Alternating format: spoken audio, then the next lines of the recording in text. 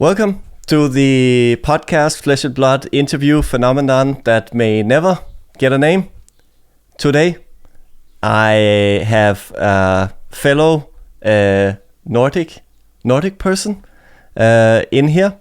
Her Twitter thing reads, Swedish flesh and blood fanatic, cracker of marvels, and lover of runeblades, top 8, battle-hardened in Baltimore, commentator, and level 1 judge. Welcome, Erika.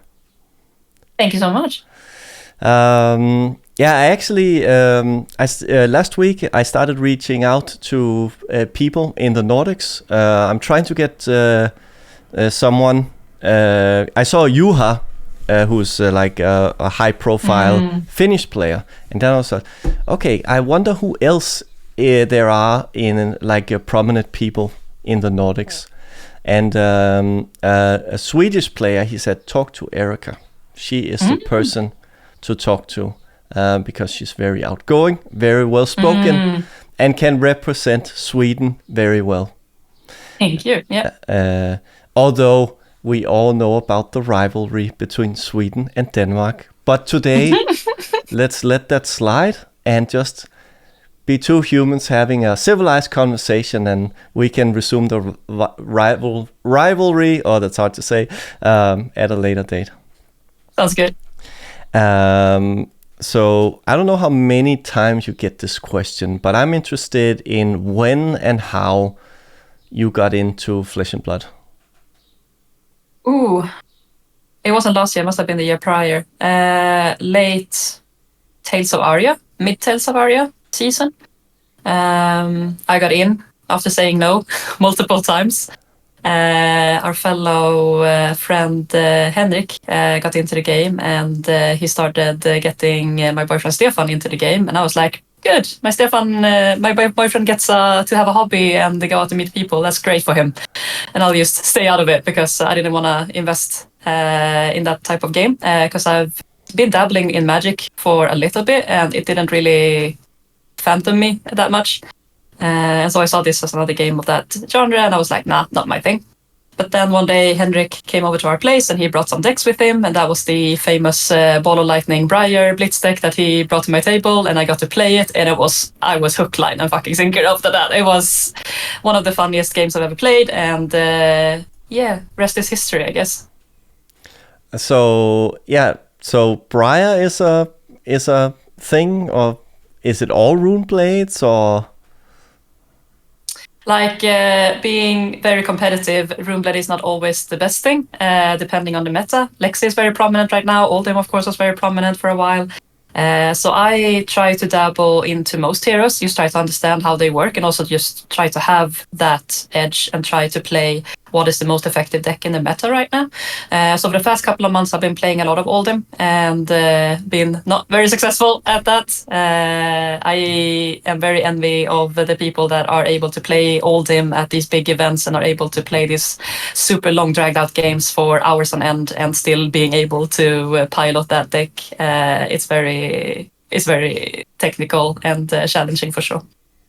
What do you find particularly, or why do you think it's so hard to, remember, I'm coming for, I don't think my audience is more casual players because I like to cater, but I'm not a casual player, but I am a newer player, and I know a bit, but maybe my listeners would like to know, what do you find particularly hard about piloting the Oldhim deck? So what I find hard is that most games go to fatigue, which basically means that you play your whole deck and you play it again and again until you or your opponent goes to, you deck out on either side, hopefully your opponents. But at the same time, you have to keep track of your pitch deck, which is another element to it, because you know you're going to get to your pitch deck and pull through that. And having the knowledge of what you're going to draw into is a huge advantage going into the later game. So keeping track of your pitch deck, making sure that you keep cards in your deck that are still making an effective second cycle, as we call it. Like when you get to the second cycle of your deck or your third cycle of your deck, you understand that, okay, now I'm going to draw into a CNC pummel and 2 blues. That's going to be great. Then I can swing the tempo and knock some cards out of them. for example. So the old dim mirror, for example, is very tricky and very hard to maneuver because of the pitch stacking being so crucial in that matchup, for example. But also the aggro matchup is very technical. Like if they get a lot of tempo and you just sit there and they just take them back-to-back turns and don't find an opportunity to come back and combat their hand, then that is really hard as well. In terms of pitch stacking, I saw a video from Nearly Sane Games about a legal way to keep an eye on your pitch stack. Basically, he was like saying, "Oh, you can use white border cards and black border cards and rainbow foils to actually legally track your pitch stack." What do you think about that? Is that okay? Like, because it's technically he read the rules and it's legal. But, what do you think about that? I mean, you still have to remember what you pitched your previous turns to remember what you're going to draw into. You also need to count how many cards are in your deck. And if you play Chrono Seeds, for example, you also need to keep in track of what is going to cycle in from your arsenal. And then you're going to draw from the top. That is going to mess up the cycle a little bit on both ends. So, I mean, apart from using those type of tricks, I mean, I used French and German cards in my deck to also facilitate some more randomness into the cards. So some of my lighter strikes are French or German, for example.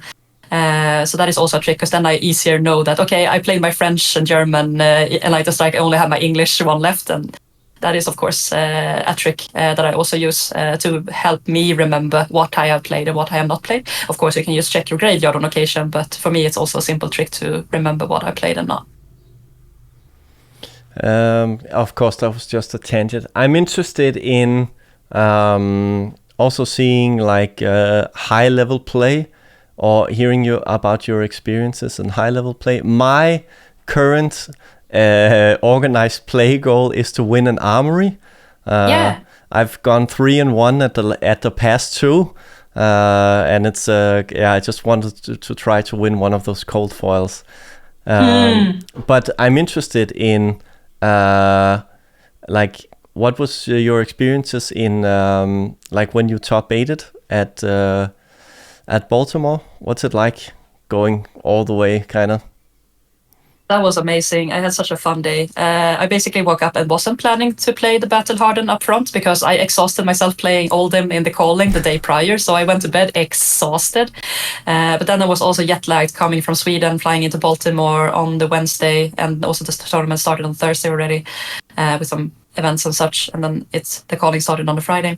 But basically, I woke up in the morning at 5 a.m. jet lagged and couldn't fall back asleep. So I was scrolling Twitter, I was scrolling the Discord channel that we have.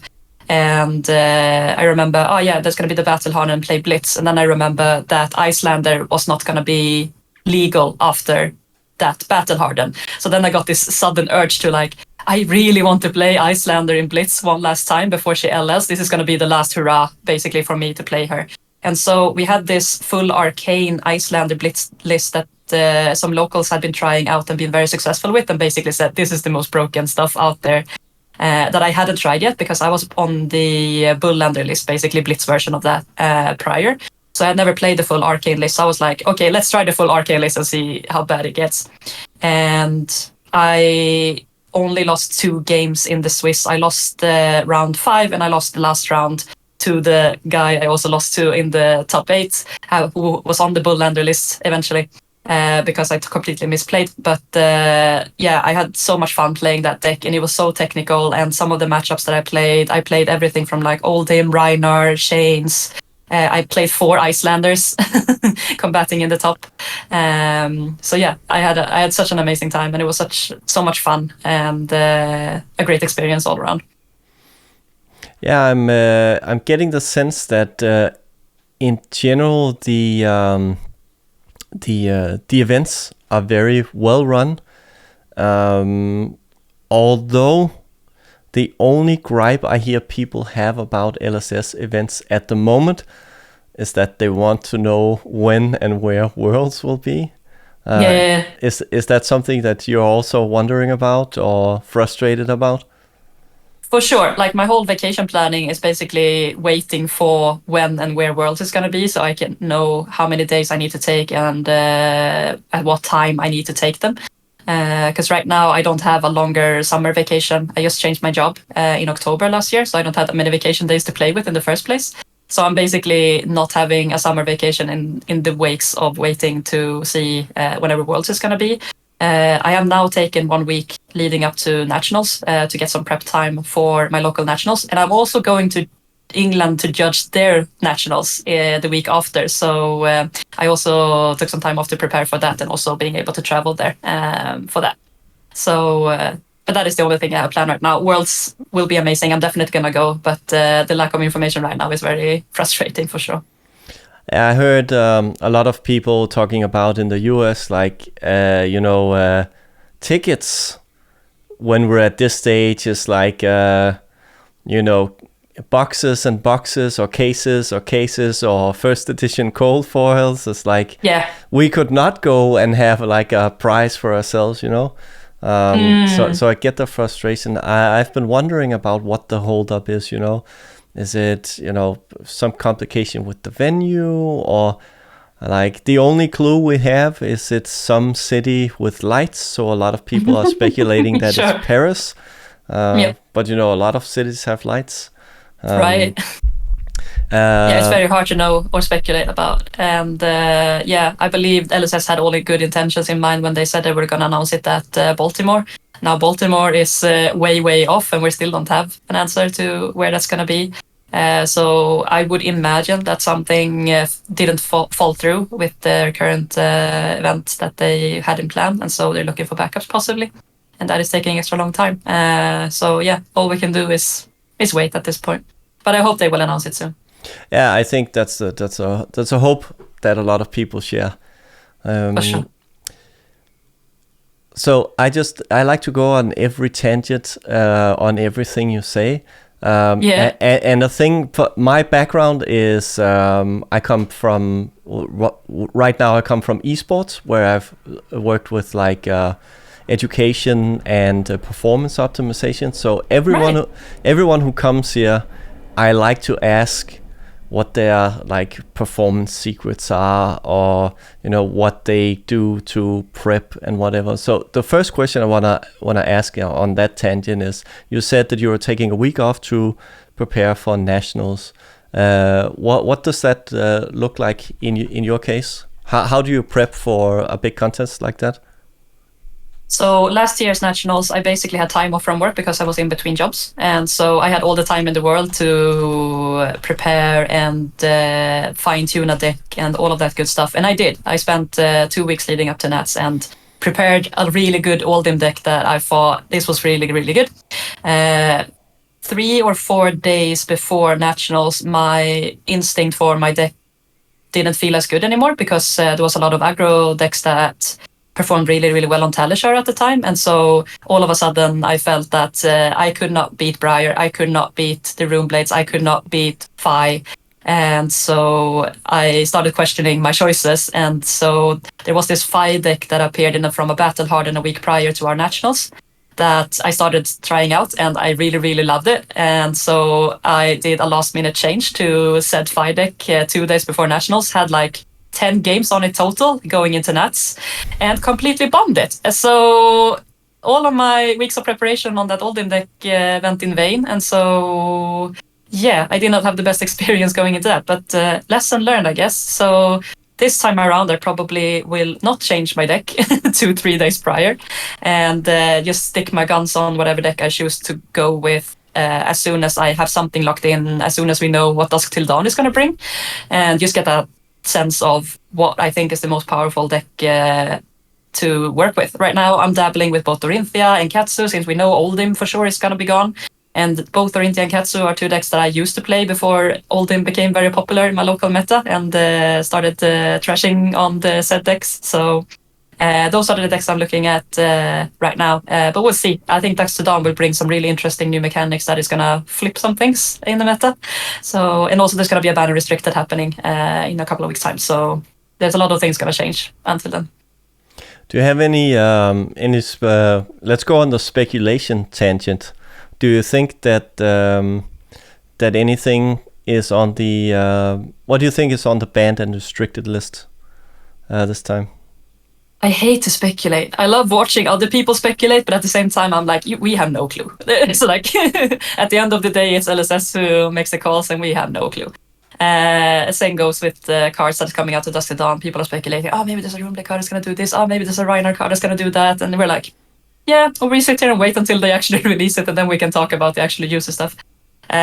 So, as I said, I don't really like speculating. I don't have any much speculations. I just hope that we might see some taming on Lexi, because I think Lexi is super strong in the current meta.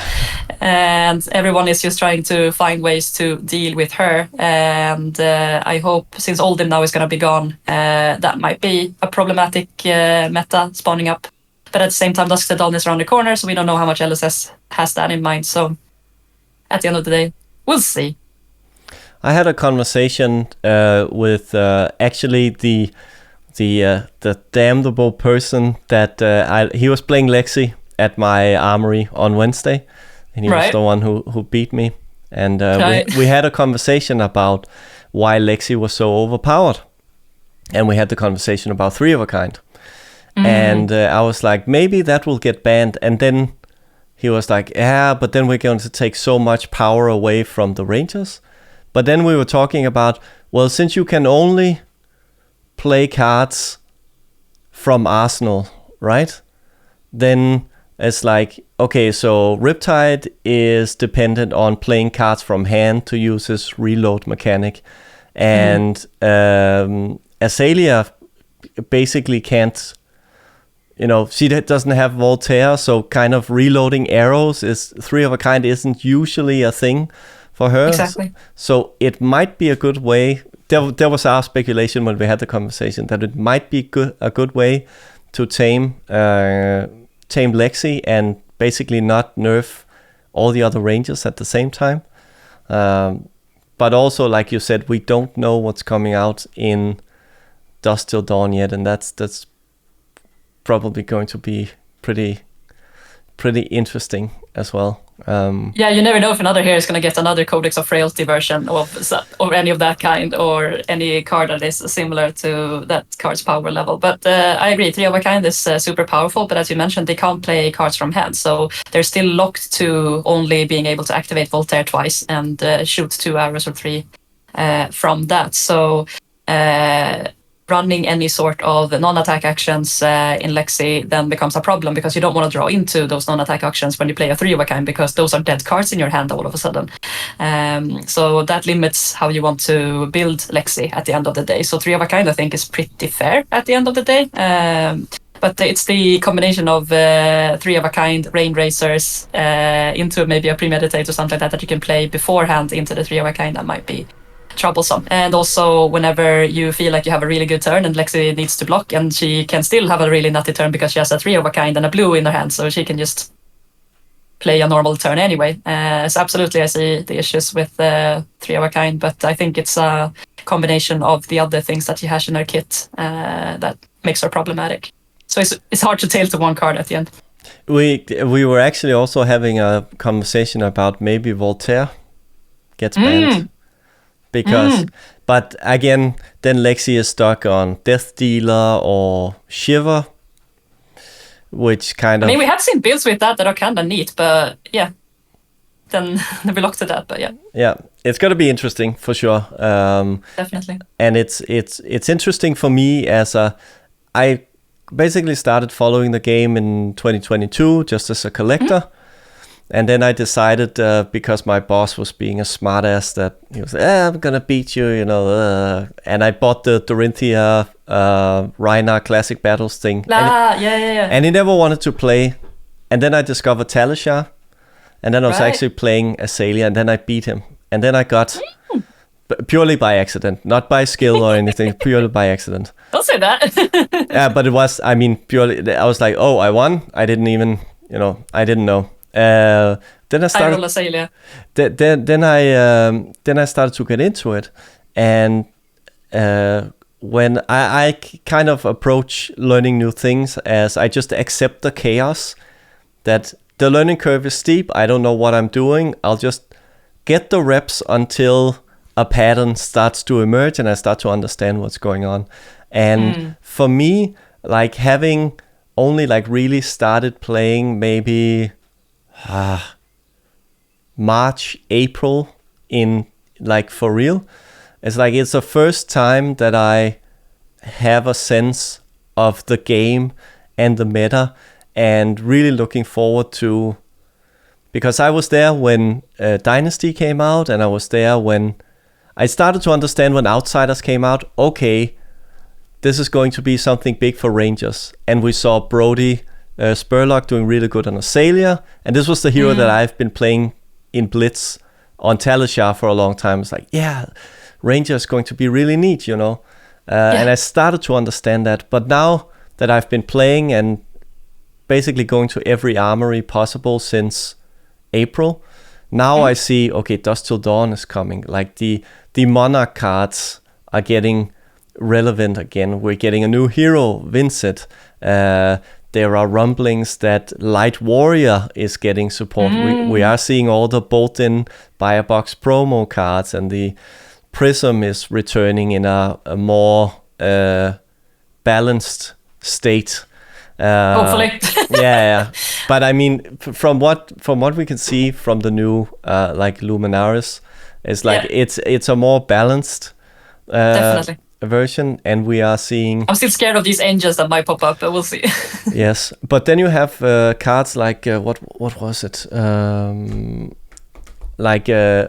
Diabolic Ultimatum and things like that can just kill allies and stuff on the field. So I think at least a hero like Vincent will have a good counter to some of that. By the way, let's talk more about speculation. We have not seen any shadow things spoiled yet. I have been speculating for a while. This is my first thing that I thought there is a necromancer class in mentioned in the lore, and I got on the bandwagon the same as Savage Land News, that there's a little shaman on the reincarnation card of the brute. I'm a brute player. I play a Rhino. That's like my one trick pony, and I was like, this is probably necromancer resurrecting brutes in the Savage Lands. But then I got into I don't have the card here, but you can see him. He's in the lower left corner. Right. And then I got into the lore a bit. I'm also doing some interviews with what's he called? Dead Summer Art, I think. Yeah, the guy who does all the lore content. And I was reading up on it, and I found out that one of the people who was kind of like instrumental in making Viserai run amok is the witch Corva. And it says in the lore that Viserai disembowels her, and then he steals her research notes. But it says in the lore like she studies like blood magic and necromancy, and then her body disappears, and shortly after that Viserai has taken her research notes disappear. And I'm like, okay, we have a named character who has by law into. So I think maybe because LSS is so good at keeping spoilers, and like I think maybe that we will see a new class in Dusk Till Dawn.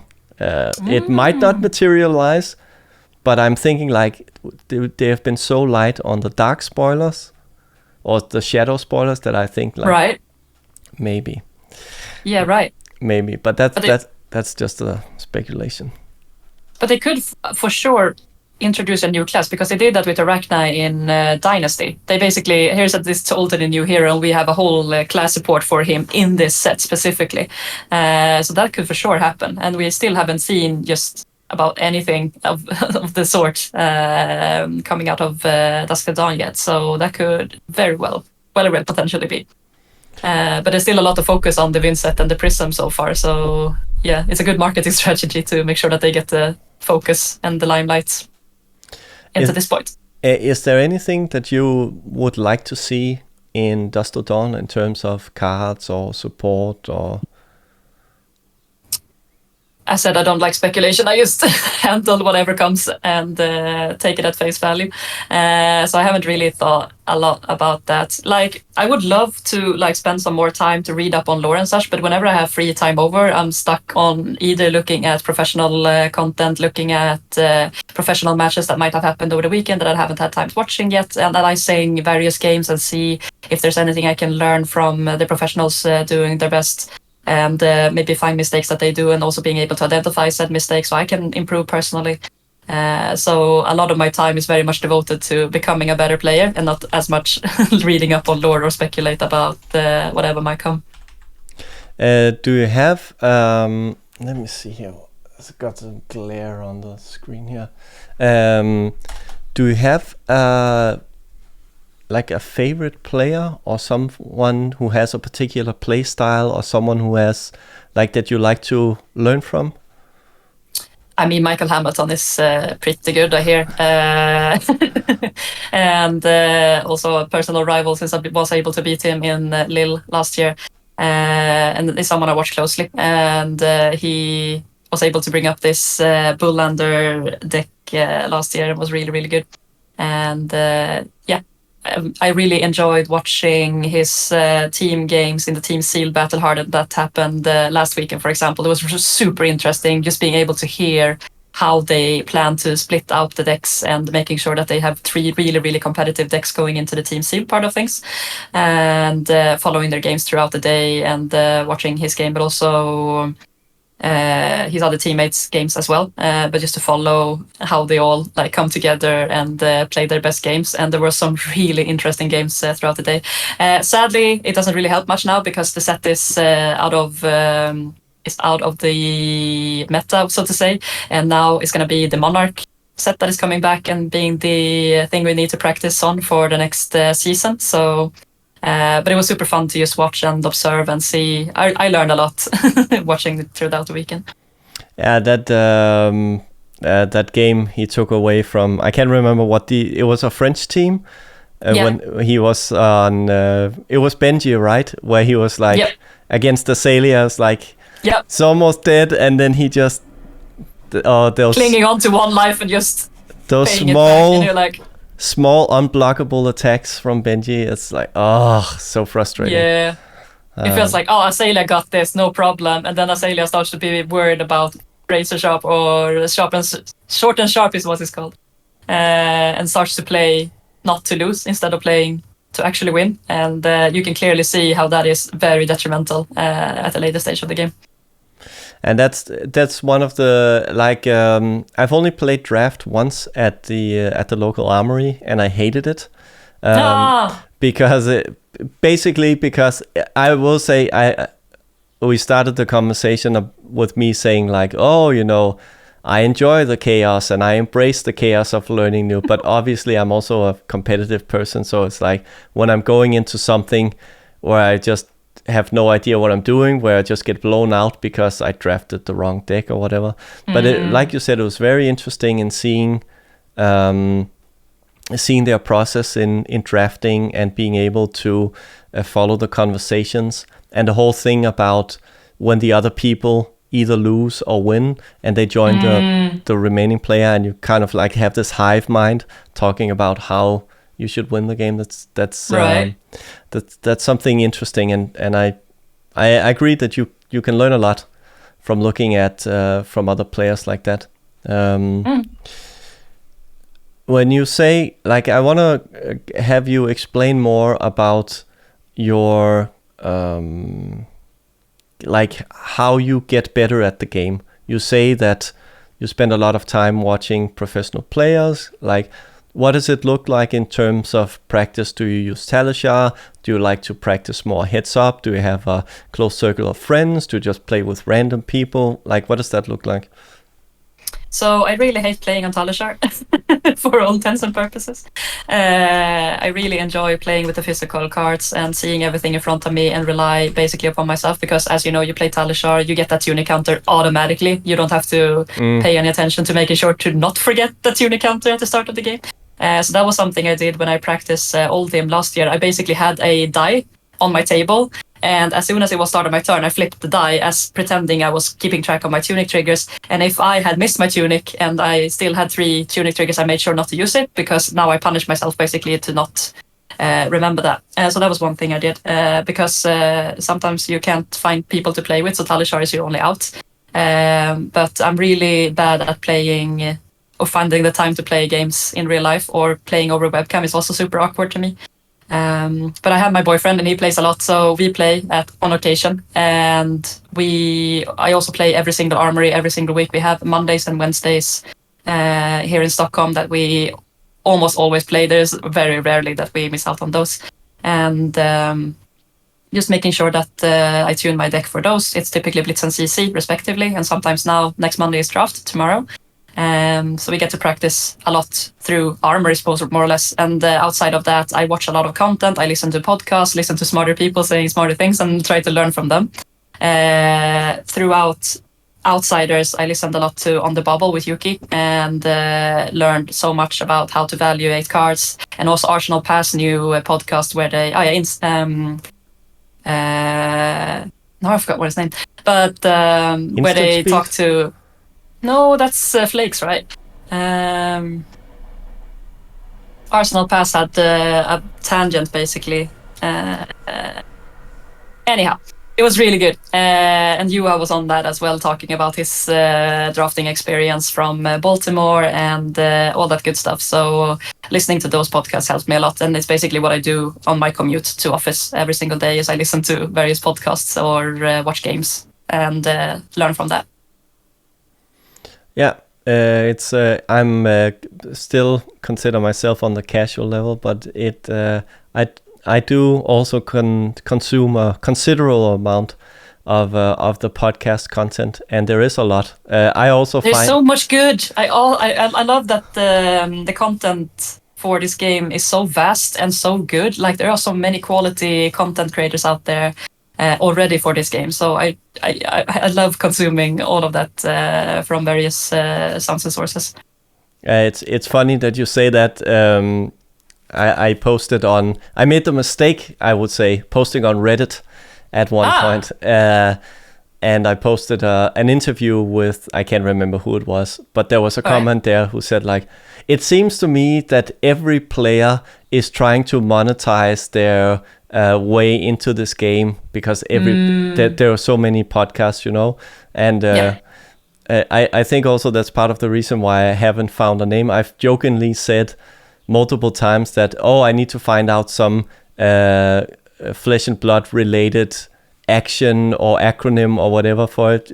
Instant speed, Arsenal Pass, you know, push the point and all that, but I haven't figured out one yet. But you're completely right. It's so nice that every day there's quality content that you can consume. When I go on my walks or bike rides or whatever, it's just the new Chatcast or Arsenal Pass or whatever, Savage Land News or whatever is on. I'm just gonna put that in and I'm gonna do my walk and just mentally prepare for my day or do my workout or whatever, and then like dual task my Flesh and Blood related things as well. Yeah, I'm sometimes worried I will burn out on this game because I consume so much, and it's basically taking so much of my time to consume content, playing games, going to these armories, you know, on week's end basically, because we never take a break. It's always an armory happening each week. And I'm also part of the community that takes care of the armories locally here in Stockholm. So I am the one administrating the Wednesday armories that we have here, for example. So it's a lot of work. It's but at this point in time, I absolutely love it. But I absolutely did burn out at Nationals last year when I played so many games. I spent so many hours basically having my full-time job being a tester for the upcoming nationals, and then I completely bombed it, and I was devastated. I was like, I'm the one who put in all of these hours and all of this time just to come up to this armory and basically go 1-3 in the first 4 games, and then just having no chance at top 8. So that was really devastating. So this year, I've learned it's not worth to spend every single hour of every single day. Just taking a more smarter approach, basically, to your training is what I'm gonna do this year.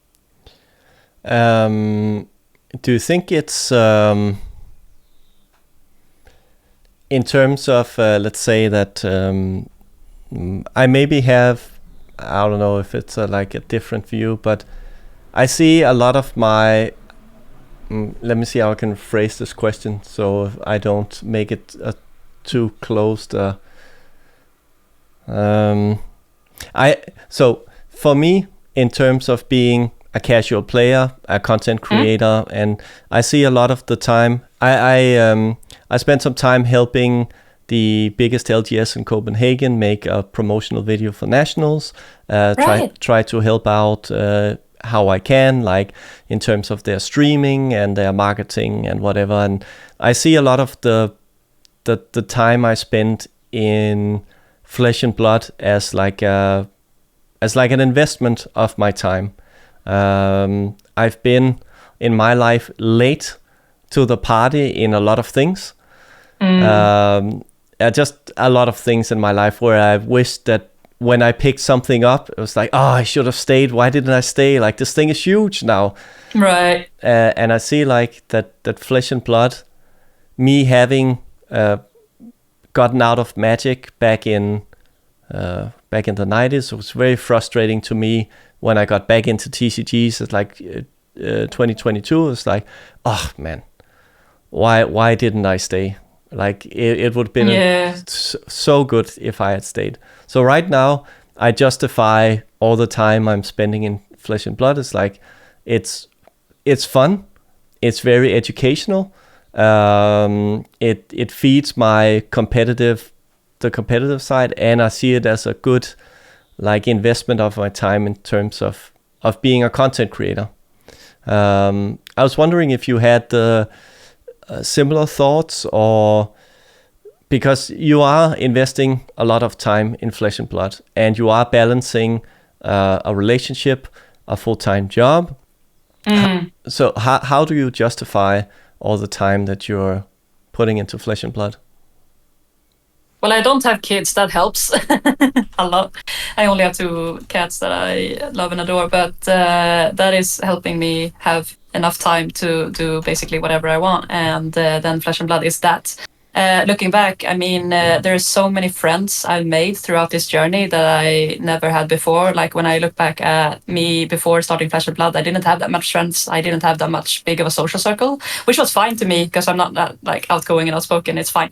But now having this community of people here in Stockholm that I love and adore, all of these amazing people that also are trying their best to play this game on a professional level and try to compete at a high level as me. And building that community for the past couple of years has been amazing. And going out to this tournament, having a people just like, okay, who's having a car to Karlstad next weekend? I have 2 slots in my car. Anyone want to join? And you just jump on this car together and go on a road trip to Karlstad to play a pro quest or a skirmish or whatever it is that is going on that weekend. It's so much fun, and I really, really like that basically return of investment in the amount of friends I've made playing this game. I would not have probably been playing it if that wasn't the case. So yeah, the social circle is a big plus, and going to this event and having these people around you is really, really great. It's something I keep hearing, and something that I've experienced myself, that people keep saying that Flesh and Blood, the people in Flesh and Blood are so friendly, so nice, so welcoming. So there's just, I rarely hear people say anything negative about the people in Flesh and Blood. Do you have any, let's do some speculation again. Why do you speculate that is? Because it's I think, go ahead. I just think that the audience here is so mature. Like, I think most of the people that are in the community, at least here in Stockholm, are basically my age. There are some 30-something have this as their big hobby investment, so to say.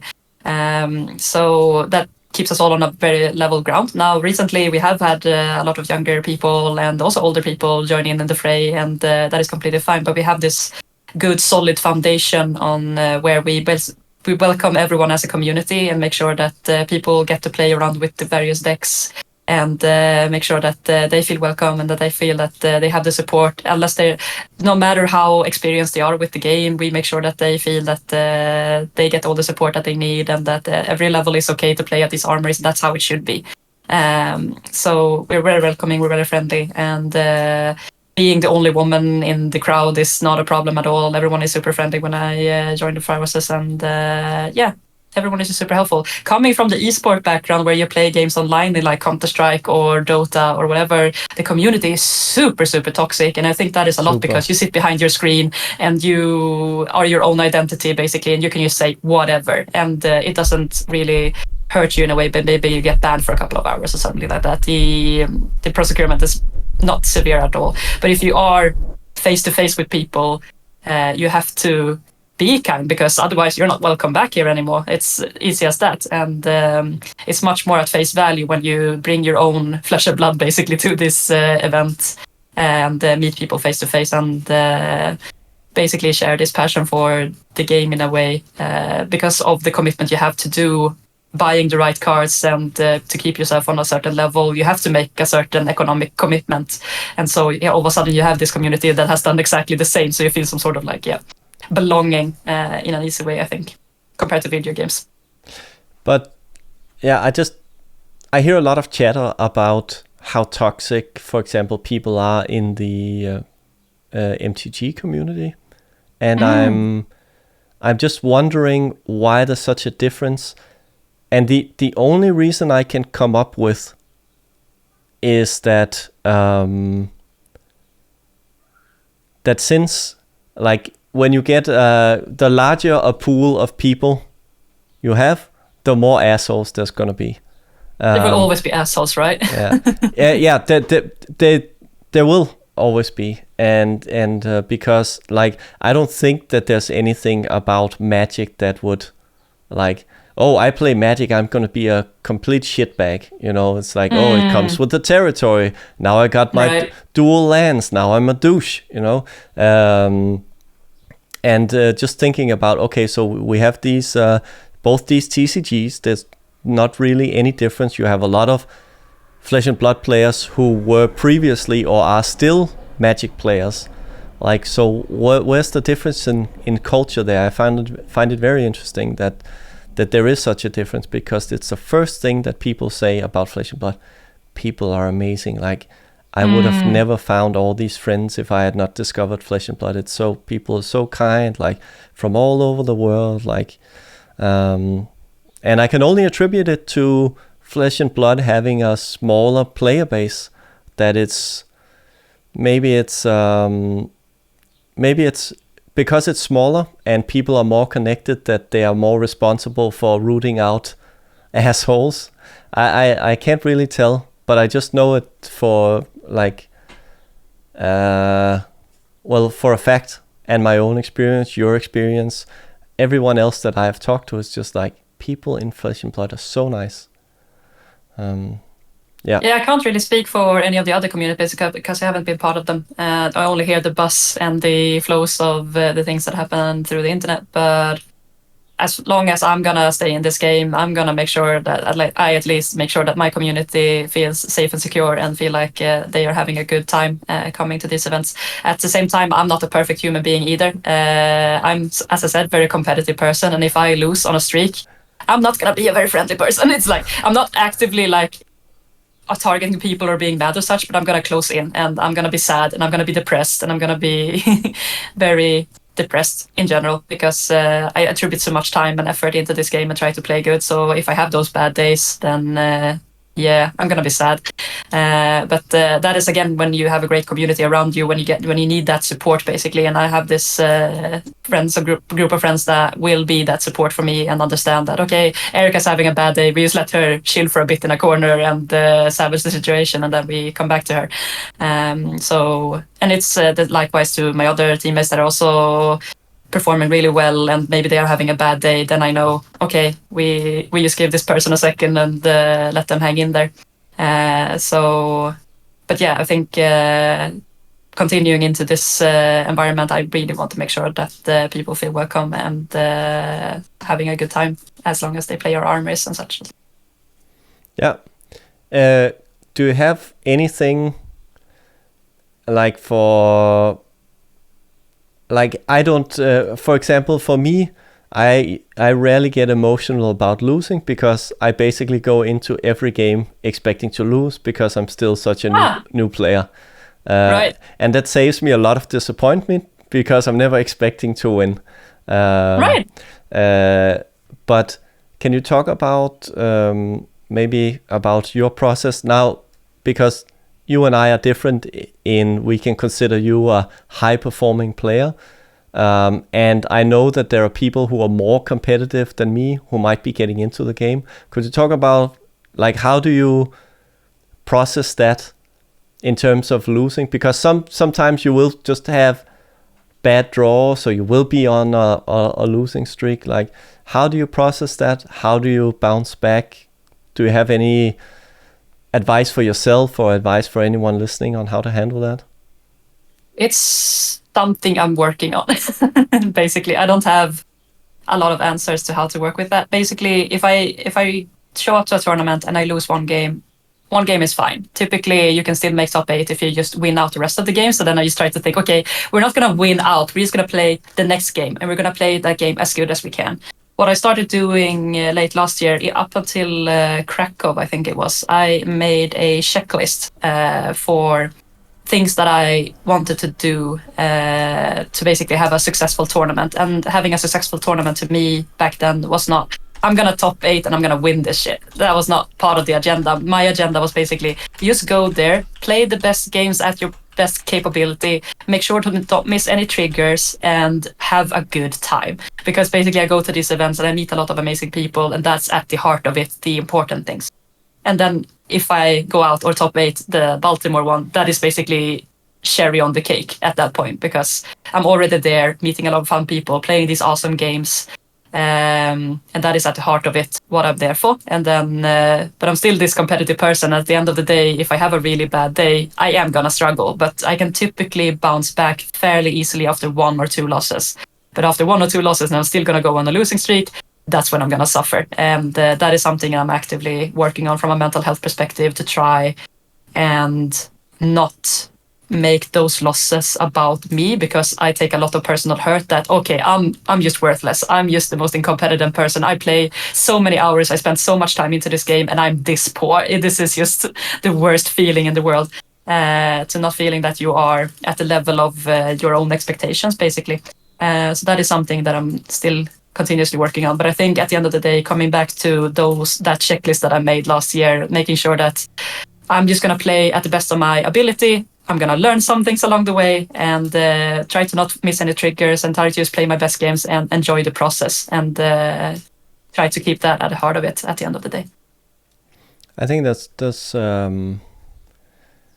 like I think you are demonstrating a very in a very human way that maybe like this is a little bit of a deeper tangent, but one of the like fallacies of social media that we see, you know, all these people on social media, whether whatever sphere they're moving in, and some of them seem to have all the answers, you know. I just do this, and you know, I train like this, or I eat this, or I have this 3-step plan to make sure I have success every day, or I do like 42 seconds of yoga breathing exercises or whatever. And I like that you kind of say that, hey, I don't have any perfect formulas or 3-step plans, but I have these thoughts. and I'm hoping that's kind of one of my not hidden agendas, because now it's out there in the open. But I like, but I like to just hear people admit that they're just people, but that doesn't mean that there's nothing to learn.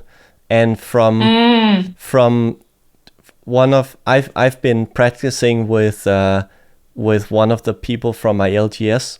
He was on the podcast a few weeks ago, a guy called Robert, and he says like, I'm not that good, but he's been he's qualified multiple times for Road to Nationals. He's also been at the ProQuest, so it's like, okay, Robert, like you're not that bad. And he plays Kano really well. And we've just been spending a lot of time in the weekdays. I told him, hey Robert, do you want to meet me on Talishar? Just an evening a week when it fits, and we can just play some games. I can play some matchups that you want to learn from, and I can play some that I want to learn from, or you can play some that I want to learn from, and you could just spar. And like, even though I can't contribute a lot in terms of you did this wrong, or in terms of the game sense or knowledge of the game, I can contribute in playing an opponent that he needs to learn from, and he can tell me like what I can do better. So I think that the whole thing about that, like I told you, this was a deeper tangent, but the whole recognition is that there are no finished formulas or people who know everything, or things has to be done a certain way for you to have success in this game. I think it's very healthy to hear from someone like you. I don't know how often you hear it, but from what I can hear, like you're a very accomplished player and very prolific in the space, like judging and casting, which is something I want to come to next, and top 8ing, and like it's just nice to hear the very humble and human perspective in that. Yeah, thank you. It's I still want to hear Brody Spurlock's secret formula, because there must be one, as he's top 8ing every single big tournament for the past couple of months. It's just insane how good he's performing at this. Yeah, I saw I can't remember her name, like a cosplayer, Goatee Spurlock. She tweeted out, which is like, he is at this age with this focus, and it's like it's just traveling with his mom, taking him to every competitive event there is. And I think maybe that's something that I picked up from. Well, I didn't pick it up when I was doing Brazilian Jiu-Jitsu, because I didn't really have a competitive streak. I wouldn't say I detested competition, but competition scared me. And like learning to put away your ego was not one of my best abilities when I was younger. And I kind of learned that later, in terms of just putting your ego away. But there's this guy in Brazilian Jiu-Jitsu called John Danaher, who tells this little story about making the events that we are, there are some people when they prepare like that, okay, we're going to the tournament, and then when we walk in, we're going to do like this, and, easy now, it's just a tournament. They kind of unwittingly create this scenario about making the event something special, when it's very important to just say, okay, it's tournament day, we're playing Flesh and Blood just like every other day, and there's really nothing special about it. If people who are watching, they can look up the Parable of the Plank with John Danaher. He's an amazing storyteller and like a philosopher in Brazilian Jiu-Jitsu. And he just tells the story about like a circus artist who visits their town, and he puts a plank between two buildings, and then he walks over. And then the kids are asking me, oh, how are you able to do that? And then he puts the plank on the floor, and then he says, walk across it. And then they walk across it. And then he said, yeah, you now have the skills to do the same. Because it is the same. The only difference is that you're 10 meters up in the air. It's the same balancing act that's required, and maybe there's a little bit more wind.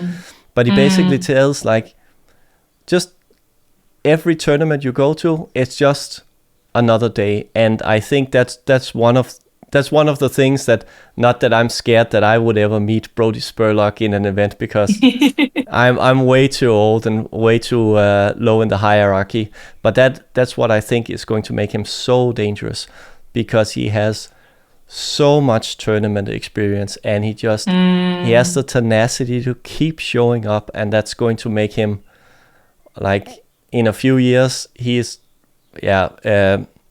Pablo Pintor and Michael Hamilton, they have competition coming. I see that Brody is going to be a force to be reckoned with. Well, he already is. Definitely. You know? Definitely. I also imagine there's going to be a lot of other players from other TCG communities that are very good at their game in the current game, and are going to transfer that fairly easily into Flesh and Blood as well. I don't have any checkup on which are the good players in various other TCGs, but I can imagine that as this game continues to grow, that we will get some people flowing in from those directions as well. In terms of casting, you were casting the Eye of Ophidia in French, cast in Antwerp. Tell me about your experiences there. What was that like? That was super, super fun. I used to commentate esport in Swedish way back when StarCraft 2 was still a thing. Oh, well, I did some English casting for StarCraft 2 for the women community on ESL way back when. That's when I started doing esports commentary, and then I translated that into Swedish, doing StarCraft 2 commentary for various bigger tournaments. Didn't have a lot of traction because Swedes are super good with English, so they don't typically care watching a Swedish broadcast when they can just watch the English one, which is fair. Also translated that into Heroes of the Storm, and did that for a bit until that game kind of subsided out, and didn't have that much of a community left. Yeah. Thank you for that. But thinking about Flesh and Blood, I mean, I really love bringing the aspect of, whenever I watch a broadcast of a game being played, I love hearing the commentators speak about various tactics, techniques, like ways of maximizing damage or defense, or talking about pitch attacks or whatnot, like making that content more wide to a wider audience, basically dumb down some of the things that they talk about to make it more approachable. And so going into the Calling Antwerp, that was my goal, basically, to be that. And so casting with Oman and oh god, what's his name? I completely forgot, the Italian. We had such a good time throughout the whole weekend, and I helped out with the cast and did the cards. Whenever they play a card, you want to have that card directly onto the screen so you can read it. That is a person actually reading the cards and finding the cards in the system and clicking on those to display them on the stream. I did that whenever I wasn't casting, and I helped out on the day 2 stream to do that. I was planning to play the Battle Harden, but me being stupid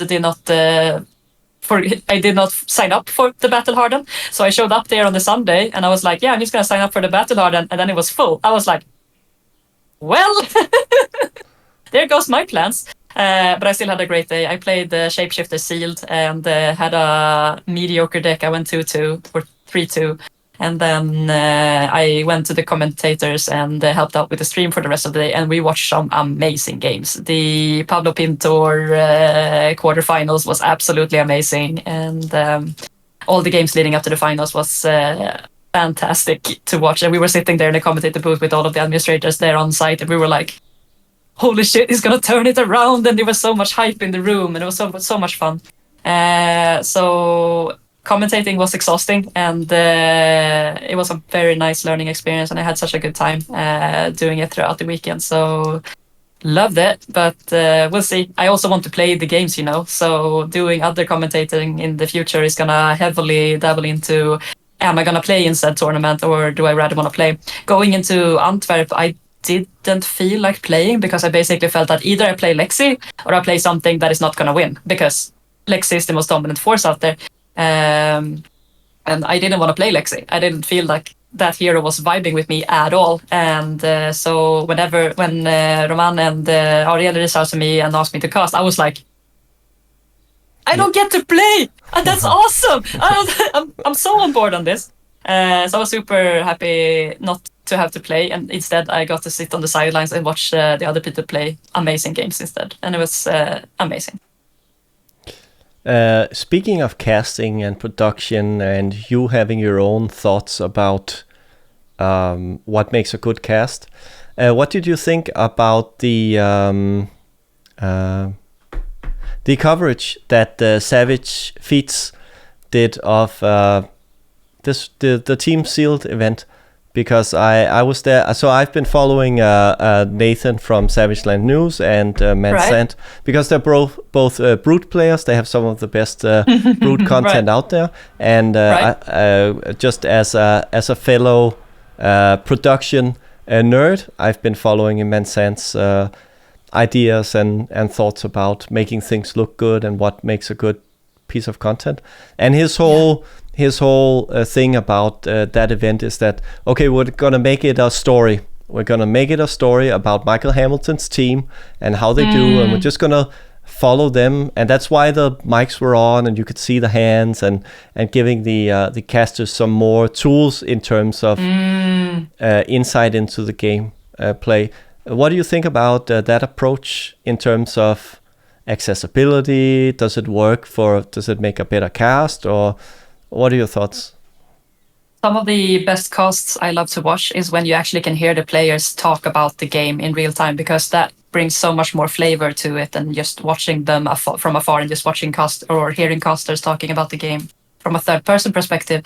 So I really, really like that they had this spiked up games where you still had the commentators on the side that can jump in and explain a bit more details, but you can still hear the players in the background talking about various things that was going on in the game. And so that was super interesting to be able to hear that alongside the commentators themselves.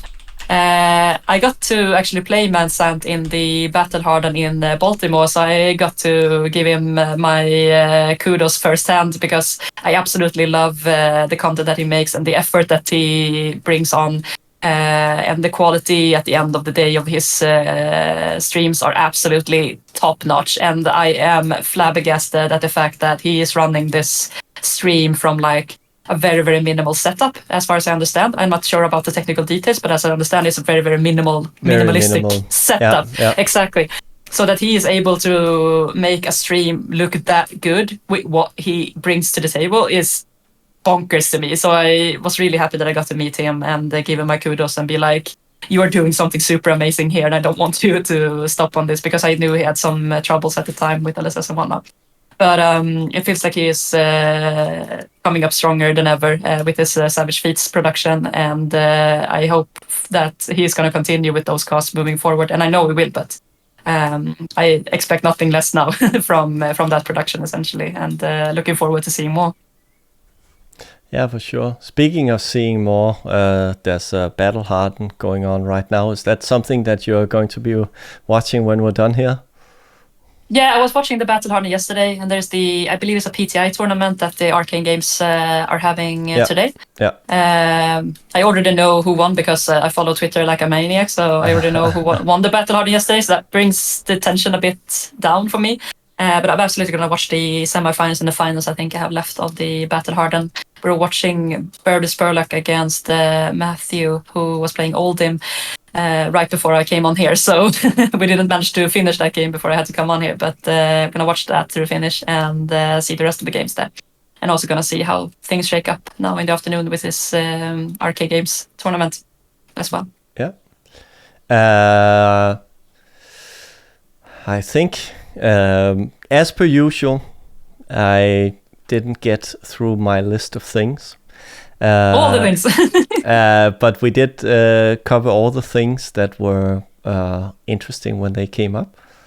Yeah. We are approaching the end of this segment. Usually at the end, I give people a chance to either shout out projects that are doing, or shout out their socials if they want to have people follow them, or if they have a message on whatever they're doing. So if you have anything to say, the mic is yours for the next foreseeable 30 to 60 seconds, and go ahead. Yeah, I have been lazy on the content creation side because I don't know what content type I want to create. I'm very active on Twitter, though. You can follow me at Erika Forslöf there.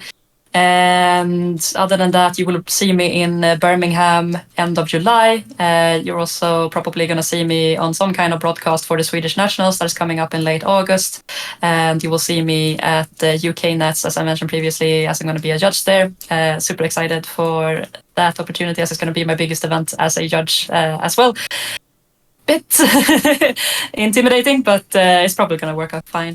And other than that, there's not much. I'm just going to continue playing awesome games. Oh, there's also this Rainbow X Pitch tournament that is going on for women and non-binary and minority people. And I'm currently 3-1 as we speak. And some of those games are going to be on the Rainbow X Pitch YouTube channel, and you probably see them posted from my Twitter account or their Twitter account.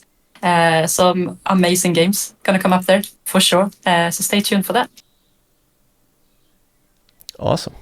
Yeah, I'll make sure that any links you want put in the description of the video, I'll put them up so people can find. For example, I don't know if people know how to spell your name when they search you on Twitter. I would not expect such. So Sure. I'm going to put it up in the description, and of course under your name and whatnot. So it's going to be Sounds good. But Erika, thanks for having this conversation. I really appreciate it, and I'm glad to connect with a fellow Viking, my Sure. Viking ancestry here in the Nordics. Yep. And I'm going to wish you a good night, and then we'll just stay in touch via Twitter, I would imagine. So have a Sounds good one. good. Thank you so much for having me.